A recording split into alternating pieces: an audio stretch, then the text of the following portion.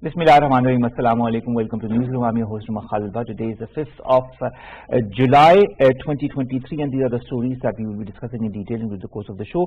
We'll begin, first of all, with the climate change and, of course, the rains that are affecting Pakistan, unprecedented rains that have occurred in Punjab, and, of course, we've had 7 casualties. In Khyber Pakhtunkhwa, we've had 4 people who've lost their lives to the rains. The heavy rainfall is also expected in the next 48 hours in the low-lying areas of Punjab, Khyber Pakhtunkhwa, Gilgit-Baltistan and Balochistan, which could lead to urban flooding. This has been said as a warning by the Pakistan Met Department. We'll be discussing different aspects of that, what needs to be done and how the people need to be careful about them this time around. This is going to be our first segment. Then we will be discussing the government that is going to observe Yawm-e-Taqaddus-e-Quran on Friday, and there's going to be a parliamentary session on Thursday as well. And in both, we'll be highlighting the desecration of our holy book that happened lately in Sweden, not the first incident, and we hope that it will be one of the last incidents that happen. This is a collective message that needs to come across from all over Pakistan, irrespective of the political affiliation or the caste or the creed, to tell the world that the Muslim Ummah is one, and the Muslim Ummah also is sending a very strong message as far as the desecration of its holy book is concerned. This is going to be our second segment. Our third story, ladies and gentlemen, concerns a follow-up as far as the Palestinian situation is concerned. Pakistan has strongly condemned the raids and the airstrikes that have been carried out by the Israeli occupation forces in Jenin. The 2-day raid has killed at least 12 Palestinians and one in Ramallah, with dozens wounded. Nearly 80% of the homes in Jenin have been destroyed. We'll be discussing the follow-up to that, the raid in Jenin, whether it be the airstrikes, whether it be the whole our military attack that happened in Jenin, and not the first time, but it reminded many of what happened in 2002. And finally, we'll be paying homage to Captain Colonel Sher Khan Shaheed Nishan-e-Haider, whose 24th Shahadat anniversary is being observed today. He was born in district Swabi of Khyber Pakhtunkhwa in 1970, and during the Kargil conflict on the line of control in 1999, he emerged as a symbol of mettle and courage and laid down his life for the defense of his country and his motherland, that is Pakistan. This is going to be our last story. Let's begin with our first, and that concerns the situation as far as the rains, ladies and gentlemen, are concerned in Pakistan. The rains have begun, although the monsoon season hasn't exactly started in Pakistan, but the pre-monsoon is here. But even that has had a lot of effect, a dastardly effect in different parts of the country, especially in Punjab and Khyber Pakhtunkhwa. In Punjab, we've had unprecedented rains that people have never seen in the past as well. 291 millimeters is the maximum rain that people are talking about, but this is quite a lot as far as Punjab is concerned. Also in Khyber Pakhtunkhwa, there has been a lot of damage. 4 people have lost their lives. We've been joined by Dr. Asif Javed. He's an environmentalist, and he joins us in the studio. Dr. Asif, thank you very much to have joined us. Now, Pakistan, Dr. Asif, is one of the 20 countries that is highly susceptible to climate change and excessive rainfall due to climate change as well. What precautions, in your point of view, need to be taken now that we are again seeing? I hope it's not a repeat of what we saw last year, but nevertheless, there have been casualties, there has been unprecedented rain. What needs to be taken as precaution by the people in Punjab and Khyber Pakhtunkhwa? Thank you, Omer Khalid. But first of all, I must thank you, and good sign or good news is that we start discussing all those things at the start of the monsoon, or we can say a pre-monsoon. But this is definitely alarming, and we have been discussing it from the years and years, that climate change actually brings the unprecedented event. And this is, as you mentioned, there's unprecedented rain, 291 millimeters of rainfall in the Punjab, and Punjab is a low-lying area that have a poor drainage, so obviously it will result massive urban flooding, and obviously the water will go into the streets, into the water that can cause, that can damage the property, and it can also result the loss of life. As you already mentioned, 4 people are dead. So obviously, in environmental sciences, we have a very clear stand that we need to take precautions if we can't do anything. Important thing is, Omer Khalid, but There are two sets, like for example, if in terms of climate change, either we have to mitigate the problem by reducing the emissions, that has to be done by the developed nation. But for Pakistan or developing nation, we have to adapt ourselves. Like for example, we need to set the policies so that effects have already been started and we are not in the era of, you can say like, speculation or something like that. We are in the era of consequences or in the era of catastrophe. Last year we have massive flood. I don't know whether the same flood, if the same flood occurs again, what we will do. So the precautions are very clear. We clearly know what is actually to be done. Done on our side. For example, are we prepared for these type of catastrophe? Have we clarified? Have we identified the floodplain areas where water will go during the flood seasons? Actually, monsoon has not started yet, but this is a kind of a pre-monsoon. But we start seeing the effects right now. But these actions need to be taken before the monsoon actually begins. Exactly. We need to have a very quick warning system so that area could be evacuated from the people, those who are living in the floodplain, to give the water maximum passage so that water cannot intrude into the buildings, into the urban area or into the agriculture farmland, so that it can create minimum loss, because we are not sure how much rain will occur. Obviously we will expect intense rainfall which will result in massive flash flooding, urban flooding in all those areas. So now in Punjab also, in Punjab heavy rainfall is expected in Murree, in Galiat, Rawalpindi, Jhelama, Chakwal, Sargodha, you name it, and those cities are there. When you think of Murree, of Galiat, there are low-lying areas, there are areas that could cause further aggravation as well, and we've got a lot of people, a lot of tourists who visit these areas, especially on weekends as well. What kind of precautions need to be taken on different levels, on the local government level, on the provincial government level, and on the federal level in your point of view? First of all, there should be massive awareness campaign by the television. People are actually advised to see the warnings that has been issued by the Pakistan Met Department. That's the most important thing. Secondly, local government and all these, they need to be prepared for any sort of emergencies that can occur due to the landslide, due to the water that is coming from the river areas and all those things. So these are the steps that need to be taken on immediate basis right now. We need to be prepared. We need to prepare ourselves to avoid maximum, to avoid maximum loss of life and property damage and all those things. All right, there was a lot of speculation as far as the water levels in the dams is also concerned, but as far as the statement that has emanated is that the water levels in most of the dams in the country is better than the previous year. So do you feel that there will be no inundation as far as the water levels in the dams is concerned? Do you feel that could be under control this year? Omer Khalid, actually I have a question now, because do we have adequate storage facility? If we do have adequate storage facility, for instance, then that's a good sign, obviously. But if we don't have adequate storage facilities, like for example, we only have two large dams, Tarbela and Mangla. If the water comes and that water is beyond their capacity, obviously they have no other choice except to release that water, and obviously that water will go to the low-lying areas of Punjab and Sindh, and then will cause the massive flooding again. Water will converge from everywhere actually, and from green there. So this is not a very this is not a very good thing that we are saying that we have more water. Obviously that's a good sign if we have more water, if we have a storage capacity to store that more water. But time will decide what will happen actually, but we need to prepare for all these sort of things. That is true. Anyway, I'd like to refer to what the Federal Flood Commissioner Ahmed Kamal said in a meeting and in a statement as well. He talked about two things. You talk about the water levels in the dams. He said that the federal government was already working on a 10-year flood response plan that will be finalized by the 15th of August. Is 15th of August a date that is fine for us as far as the monsoon is concerned, or is it too late this year? I think it's late. It's a bit late, because monsoon will start somewhere around 15th of July or something like that. So obviously 1 month is a hell of a time. Yeah. Okay. So I personally feel it's like too late. But still, if someone is working, obviously I'm not sure about the government. They must have taken some steps. Of course. They must have clarify the area, or they prepared some embankments on the bank of the river or something like that. Because for sure, flood comes every year. It's intensity varies from. It is how you are, how ready you are to face it. Basically. It depends upon the intensity of flood and your preparedness. They are the two basic things.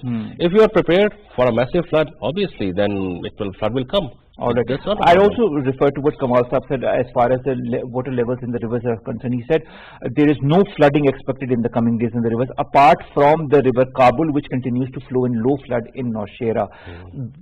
You know, if it is moving in low flood in Nowshera, if the rains continue in Khyber Pakhtunkhwa and it goes in high flood, what should be the precautions to be taken for that, in your point of view? First of the most important precaution is to make awareness, to evacuate the people, those who are at the risk of flooding, those from those areas who are at the risk. Even if water doesn't go to that area, still they need to be evacuated, and there should be a clear, we can say cleaning of all canals where you can accommodate some of the water and all those things, flood water, so that that can be used for some beneficial purposes and all those things.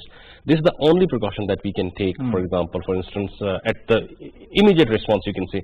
Long term, there are many policies. Long-term like this 10-year policy that we've just talked about, but the fact remains, how can we be technically prepared, to foresee if there are huge rains that are going to come in the coming days, or if the monsoon is going to be as strong as last year, or as devastating, or even more devastating or less devastating?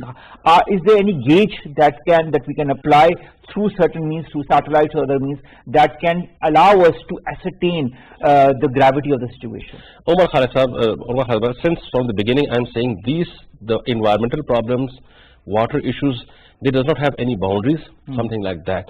So these are purely scientific type of problems. So we need to find the solutions of these problems from science. As you mentioned, do we have something like that? Yes, there are many different type of good modeling software. We can map out the things. We can map out the 100 years data, 20 years data, 30 years. What is expected to have. So we need to use that science to protect our people, to protect our property and all those things, by taking actual time data, allocate funds for research and all those things, so that a good quality data can be generated and decision could be taken, technical decision could be taken based on that data actually.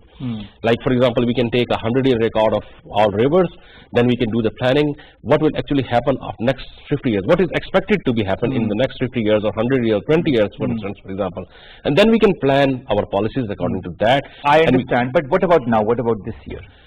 This year, obviously, as we start discussing right now, it's pre-monsoon season, so obviously government has taken some initial step, and again, I definitely stress upon that we need to evacuate those areas where we feel the water, there could be a chance of water entry or something like that, that can cause damage or something like that. As far as the reports are concerned, low to medium level flooding in the nalas of Chenab and Ravi is expected during the monsoon period. Also, flows are likely to increase in Jhelum, Chenab and Ravi rivers from the 9th of July.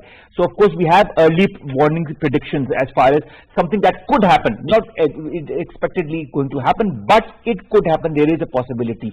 So, one of the things that you've said as a precautionary measure is to evacuate the people from the areas that are too close to these banks, so that they could be moved to safer places. What are the other precautions?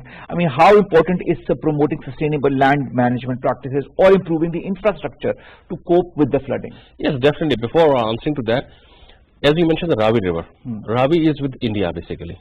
So obviously when there is a flood situation in India, so excess water definitely will be released from the Indian side also. And they always do that every year. Yeah, definitely.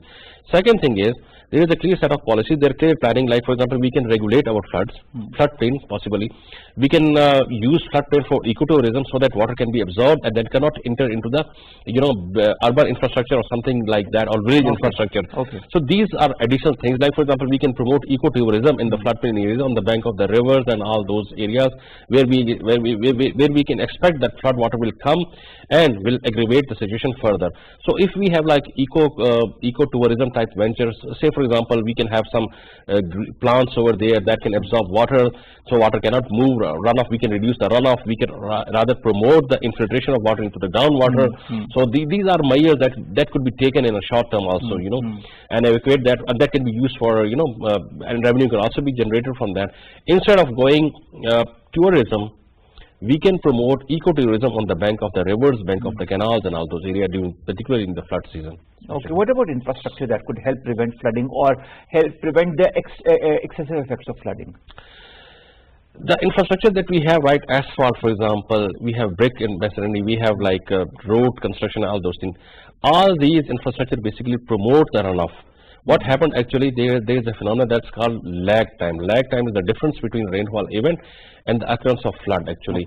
So with the urbanization, with concrete structure, with all these buildings and like urban infrastructure, the lag time basically decreases. So if flood is expected to occur after 6 hours of rain, so due to all these urbanization, flood may occur immediately after 2 hours, because lag time will significantly decrease, and you can then calculate all those things. And secondly is water need a space. Of Where course. it could definitely, where it, Or where it makes go. it space. It makes basically. it space. So if you cannot give a space, building actually occupies a space where water is supposed to be enter there. So water cannot enter into the building. So definitely it can move forward and can affect the larger area. So as I mentioned, the scientific precaution is basically to use the floodplain for any type of ecotourism venture, or green type of we can plant something over there.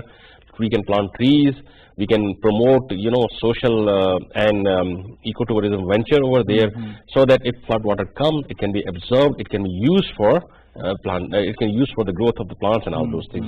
Basically the trees and plants, they can act as a physical barriers, and their roots also facilitate the movement of water into the groundwater. And thirdly, plants can also use the water. That is a good methodology. I mean, ecotourism is of course good, and the way we can use it in order to use the same water that could inundate our houses to promote our agriculture and to promote ecotourism. But this said, in the short term, what are the measures that could be instantly done? For example, today we are talking, if we say that the monsoon season is going to begin from the 15th of July, this is what you are predicting. What can we do in these 10 days, in these 10 days or 11 days before the monsoons actually hit us? Definitely massive awareness, massive programs on the televisions, maximum training for the staff, those who are directly involved with rescue, for instance, those who are involved in long-term management. They should be educated properly. They should be prepared for unprecedented floods or things like that, because we're not sure how much water will come and how much damage it will cause basically. So this is in the short term, this could be done. For instance, like for example, rescue 1122 needs to be alerted, flood commission, they needs to be alerted, and people needs to be aware about that, because there's always a resistance from the people. People do not assume that water will not come there, because people have misconception that for 50 years we are living here, so water have not entered. But actually, if scientifically you have proved that water is likely to enter that area, there is a probability. There's not possibility. And the whole thing is also to convince those people, especially those also that have lots of animals with them, and that cattle also needs to be saved. Because a lot of in last year we've seen how many people lost their cattle and their means of livelihood. So I've seen the response of the government in Karachi in the hurricanes last month. It was coming. So definitely there was a good preparation. I personally feel people were evacuated over there and all those things. Although there was good enough. Thanks Allah, it never hit us. But anyways, we need to be prepared. We need to be prepared to the maximum. But it brings me to a question for the world community and the global communities as well. This all is directly or indirectly related to climate change, to carbon emission. Do you feel that the world is serious enough to move towards a low carbon economy, to take the necessary adaptation measures? Yes, as far as Europe region is concerned, they are very conscious. They signed the Kyoto protocol at the time, and in England, I know one city, Newcastle, they are making that city as a carbon neutral, and the UK has reduced their emission by more than 12% of 1990 level or something like that. US on the other hand, he was a bit reluctant, but now the Biden government actually have bring the US back into the Paris Accord. Initially, it was not a part of Kyoto protocol, and later on they also back out from the Paris Accord. But now Biden have entered the US in the Paris Accord. US actually, the position of US is that the US also claims that they have a huge reserves of forest, which can store more than 300 metric ton of carbon annually. So they also want credit for that. But since US is developed and people are looking at it, and the US is the second largest emitter of the carbon. So without the support of US, we cannot mitigate the problem of climate change as a whole, because now China has now taken a lead. He is at number one and US at number second. So that's a good sign. So I personally feel that that they are now serious. International community is now serious. I think the world needs to come together as one and become very, very serious, because this is the climate change is something that could impact any country in the world, irrespective of whether it's a developed nation or a developing nation. Yes. But of course, developing nations like ours bear the brunt much more than developed nations, because they have the resources to counter all of this. Yes. Thank you so very much, Dr. Asif Javed, environmentalist, to have joined us, to have talked to us about the pre-monsoon season, about the rains that have lashed Lahore, Punjab and Khyber Pakhtunkhwa, and the prediction that the next 48 hours could be very crucial as far as urban flooding is concerned and more rains are concerned. Thank you so very much for all the warnings and all the precautions that you have discussed with me as far as those points that need to be taken into consideration. Thank you, sir. Thank you, Omer. Let's come to our second story, and that concerns the Yawm-e-Taqaddus-e-Quran that is going to be held on Friday across observed